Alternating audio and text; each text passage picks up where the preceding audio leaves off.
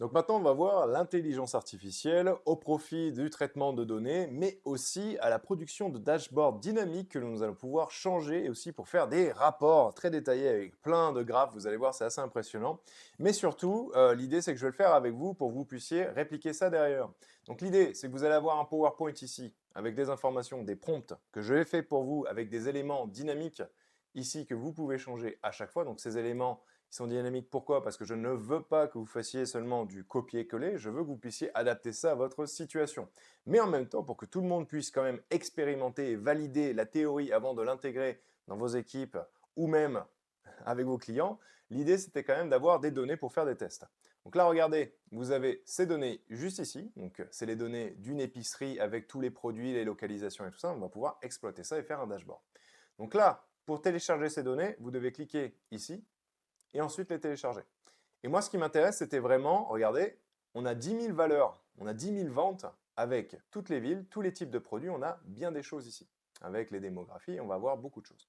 Donc l'idée, c'est comment je peux faire en sorte déjà d'extraire quelques informations, d'extraire quelques KPI, quelques produits même qui vont être utiles à travers ces données, et en même temps derrière, comment je fais un rapport dynamique qui va être partageable avec les autres, mais surtout qui a une certaine aura, si je veux dire, qui montre qu'on est sérieux et qu'on est efficace, et aussi qui m'a pas pris des années à faire. Moi, je me souviens à l'époque où je devais faire beaucoup de PowerPoint à travers toutes les données Excel et tabulaires que je pouvais avoir. Ça prenait trop de temps. Moi, l'objectif, c'est que je vous montre la méthode que l'on utilise aujourd'hui dans les entreprises. Donc, avec ma société de conseil, dès qu'on arrive dans les entreprises, qu'est-ce que l'on montre, qu'est-ce qui fonctionne et qu'est-ce que vous allez pouvoir faire.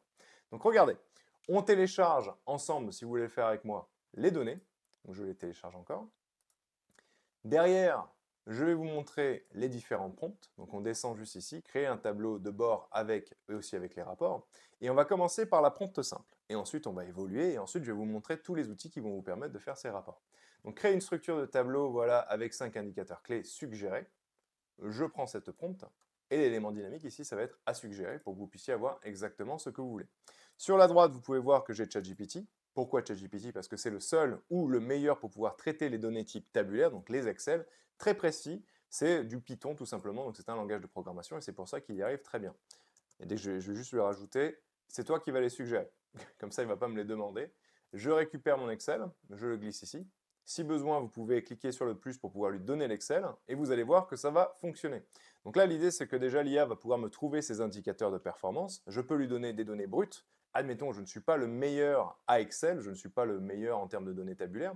L'IA déjà va pouvoir m'aider à trouver ces informations, trouver ces KPI pour pouvoir après les intégrer dans toute une stratégie d'amélioration et d'optimisation des flux, des produits, de la communication, absolument tout ça. Mais vous pourriez me dire, bon Loïc, c'est sympathique, ces KPI, elles sont utiles, mais la vérité, c'est que mon entreprise, elle existe depuis 10 ans. Ces KPI, on les connaît. Moi, il faut plus que tu me trouves quelque chose de cohérent. Moi, je viens surtout pour le dashboard, pour le tableau dynamique. Donc là, l'idée, c'est que déjà, si vous avez ce problème, l'IA peut vous aider à identifier et à trouver des KPI qui pourraient être intéressants pour tout traquer. Mais il y a beaucoup de personnes qui connaissent déjà leurs KPI et la problématique qu'ils vont avoir, c'est comment je fais en sorte de passer de ces KPI à quelque chose d'utile. Donc entre nous, je vais essayer d'abord la prompte un peu beaucoup plus compliquée. Je vais dire fais-moi exactement le travail, mais pour ça. Ou je pourrais changer tous les éléments, par exemple le domaine pour préciser mon domaine d'expertise, le secteur et la taille pour avoir quelque chose d'un peu plus précis. Dans l'objectif, je pense qu'il serait plus valorable que je change, que j'aille un peu plus vite pour vous montrer le champ des possibles et surtout qu'on attaque la partie tableau dynamique. Donc voici, je relance exactement avec les mêmes données la prompt et derrière, en même temps que c'est en train de générer, je vais me permettre de vous présenter les différents outils. Donc il faut que vous sachiez que l'IA aujourd'hui, elle est capable de faire bien des choses. Elle peut faire des images, on le sait, elle peut faire du texte, je vous l'ai prouvé, elle peut faire de l'analyse d'Excel, ça c'est sympathique, mais elle peut faire des applications, mais aussi elle peut faire des rapports dynamiques et des PowerPoint. Donc pour l'instant, on va se concentrer sur la partie rapport dynamique. Je retourne sur Internet et on va aller sur GenSpark. Alors pourquoi GenSpark?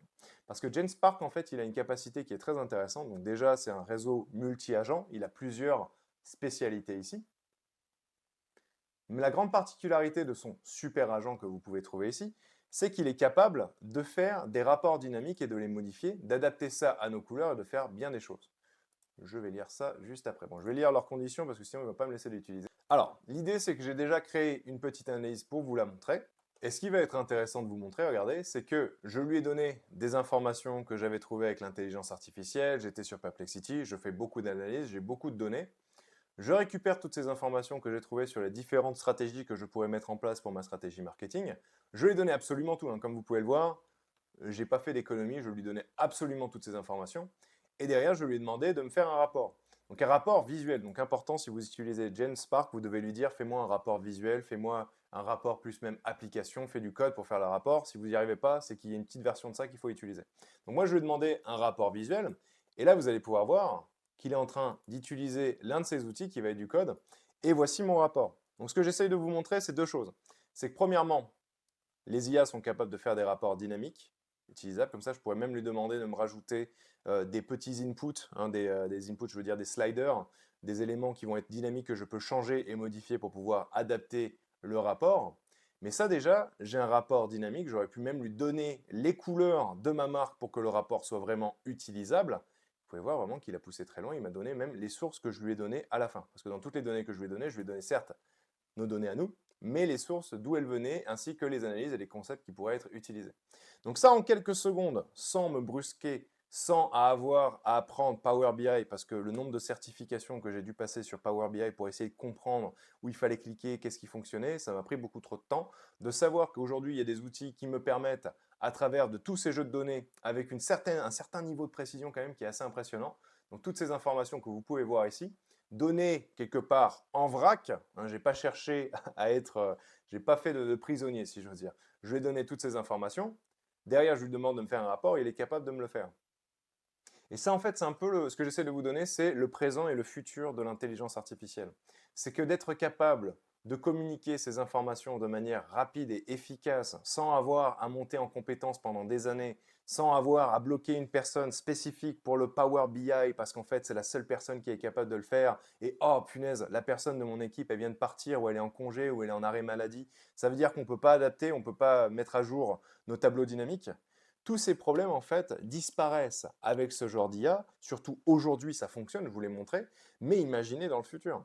Ce genre d'informations, ce genre de problématiques qu'on va avoir, elles vont être streamline, elles vont être beaucoup plus simplifiées. Et une personne qui a besoin d'aller plus vite, parce qu'on a toujours besoin d'aller plus vite, nos clients sont toujours plus exigeants, surtout depuis que l'intelligence artificielle est arrivée, un processus qui prenait 3 semaines, un mois, maintenant on s'attend à ce que ce soit fini sous 10 jours.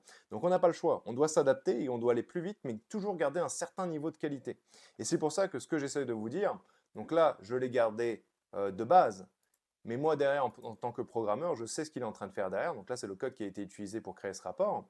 Je sais qu'il est capable de me mettre des paramètres dynamiques, je sais qu'il est capable d'adapter tout ça à ma charte graphique et à mes couleurs, et je sais qu'il est capable, si je lui donne l'URL de mon logo, de l'intégrer. Donc pour vous montrer à quel point c'est efficace, à quel point à partir de toutes ces informations, tous ces insights, et je ne me suis pas encore une fois pas limité.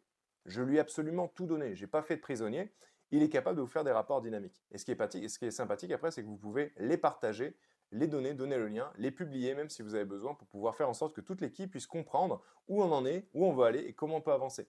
Ce qui est pratique aussi, c'est que ça, si vous le mettez à jour, bah, le lien se met aussi à jour et donc du coup, vos équipes ont toujours les informations qu'il faut au bon moment. Donc encore une fois, imaginez le champ des possibles.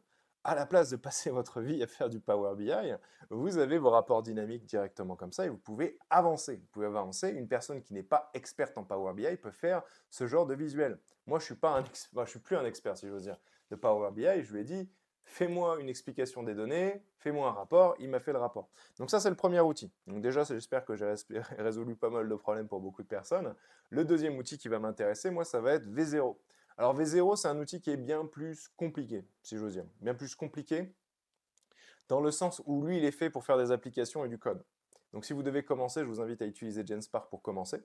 Mais ensuite, pour tout ce qui va être la production d'applications pour pouvoir l'adapter, pour faire en sorte que ça fonctionne long terme, d'avoir votre propre application pour faire vos propres visées, pour faire vos propres dashboards et tout ça, là, V0, il n'y a pas mieux. Il n'y a pas mieux parce qu'en fait, c'est une application tout simplement. L'adapter, lui donner un flux de données, surtout si vous avez des développeurs dans vos équipes, ça vous permet de faire des applications en quelques clics. Et je n'exagère pas, je m'en sers, c'est très très efficace. Et d'avoir des résultats qui sont quand même assez cohérents. Donc là, c'est peut-être pas le dashboard pour vous, mais l'idée, oh, dommage, il n'a pas intégré ça. L'idée, c'est que vous pouvez le faire pour vous-même. Et encore une fois que ça s'est mis en place, quelqu'un peut juste donner les données et ça va faire le dashboard tout seul. Donc ça, c'est vraiment pour vous montrer le champ des possibles. Il y a déjà des outils qui fonctionnent aujourd'hui, qui font des résultats de très haut niveau.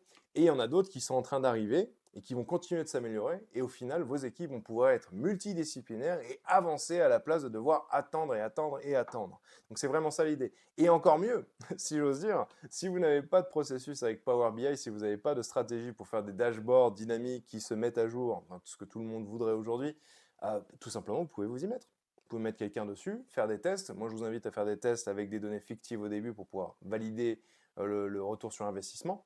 Mais si vous n'avez pas ce genre de choses dans votre entreprise, ça veut dire que maintenant, c'est accessible pour vous sans devoir engager quelqu'un qui va vous coûter allez, 40 000 euros de salaire, mais en même temps, allez, 70 000 euros à la fin de l'année. Donc, encore une fois, je vous laisse ce genre d'outils. Je vais vous les rappeler.